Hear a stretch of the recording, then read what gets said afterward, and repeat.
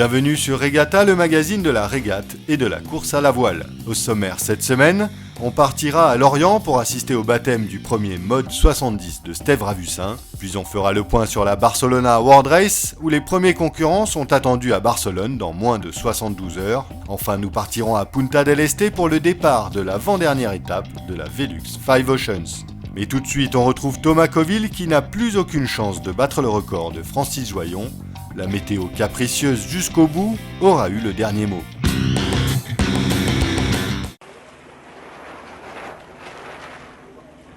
Englué à plus de 2000 milles de Brest dans les tentacules de l'anticyclone des Açores qui s'étale maintenant du Portugal aux Bermudes, Thomas Coville est résigné. Il ne battra pas le record du Tour du Monde en solitaire détenu par Francis Joyon. Je suis même inspecté la carène, on va appeler ça se baigner. Sauf que se baigner en solitaire, c'est pas quelque chose de très naturel. Quitter la plateforme pour descendre dans l'eau et jamais quelque chose de très facile quand on est en solitaire et qu'il n'y a personne pour venir vous repêcher si ça tourne mal. Et j'ai rien vu d'anormal.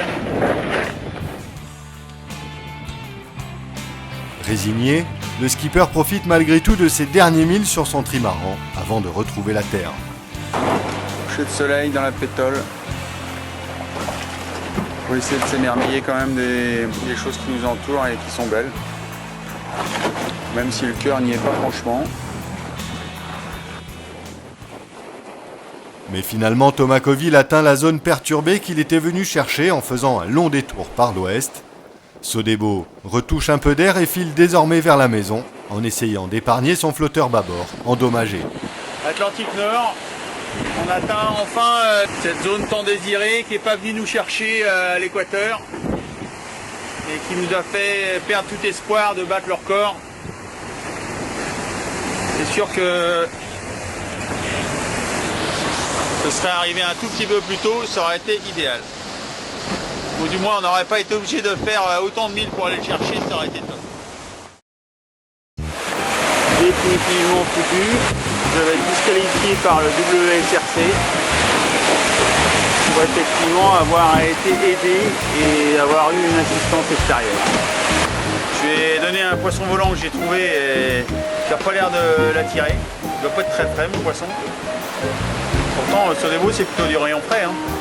Je lui ai donné des petits morceaux de pain, pour le coup très bons et très frais. Chez Sodebo, on n'a jamais laissé mourir personne, de faim. Ça, pour le coup, c'est un point d'honneur. Voilà, encore une nouvelle surprise dans ce Tour du Monde qui n'en finit pas.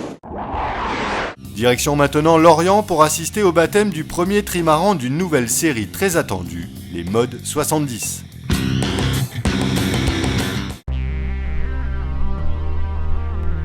Le Multi-One Design 70 Race for Water a été mis à l'eau et baptisé à la Cité de la Voile de Lorient le 25 mars dernier.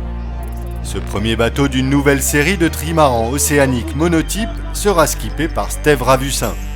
Le mode 70 est un projet ambitieux porté par Franck David, faut-il le rappeler, champion olympique de planche à voile en 92 à Barcelone.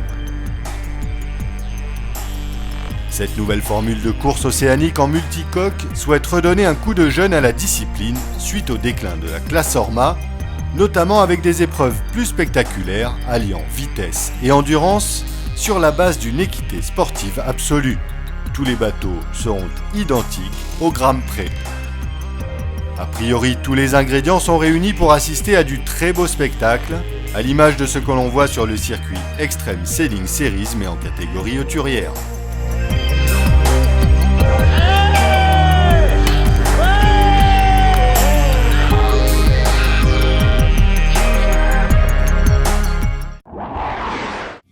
Le point maintenant sur la Barcelona World Race où les premiers concurrents sont attendus à Barcelone dans moins de 72 heures.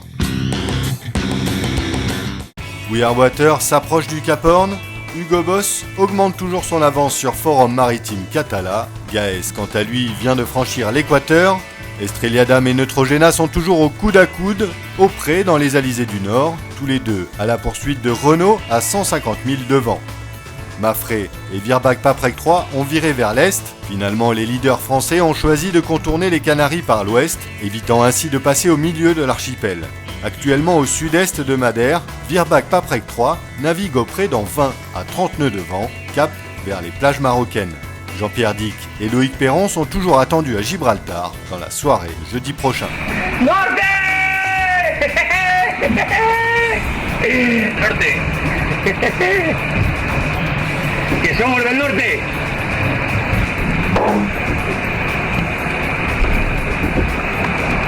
Muy bien. ¡Guau! ¡Buena! ¡Freedom! ¡Stay Adam! ¡Los compañeros! Et pendant que certains fêtent à leur façon leur passage de l'équateur, d'autres se prennent un gros coup de baston.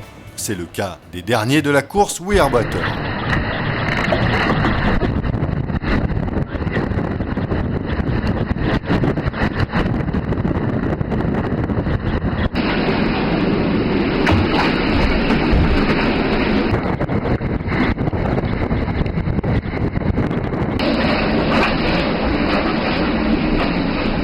Après avoir cassé leur baume dans la plus puissante tempête de la course il y a une semaine, les deux marins ont été contraints de naviguer uniquement avec leur voile d'avant et le tourmentin en guise de grand voile.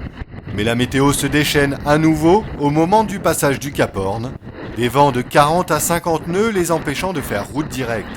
Mais grâce à la bascule, ils ont finalement pu passer en Atlantique, sains et saufs.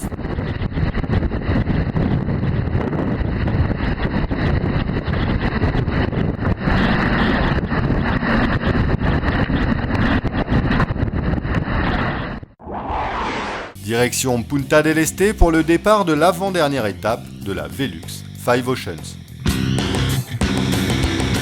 Les concurrents de la Velux Five Oceans ont quitté Punta del Este dimanche 27 mars pour l'avant-dernière étape de cette course autour du monde en solitaire.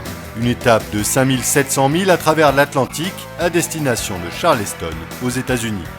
Sous de belles conditions, le Polonais Gutkowski franchit la ligne de départ en tête avec 5 secondes d'avance sur son principal adversaire, Bran Van Lieu, actuellement leader du classement général de la course. Après 3 étapes remportées par l'Américain, Gutek montre clairement ses intentions et espère bien battre son rival à domicile en Caroline du Sud.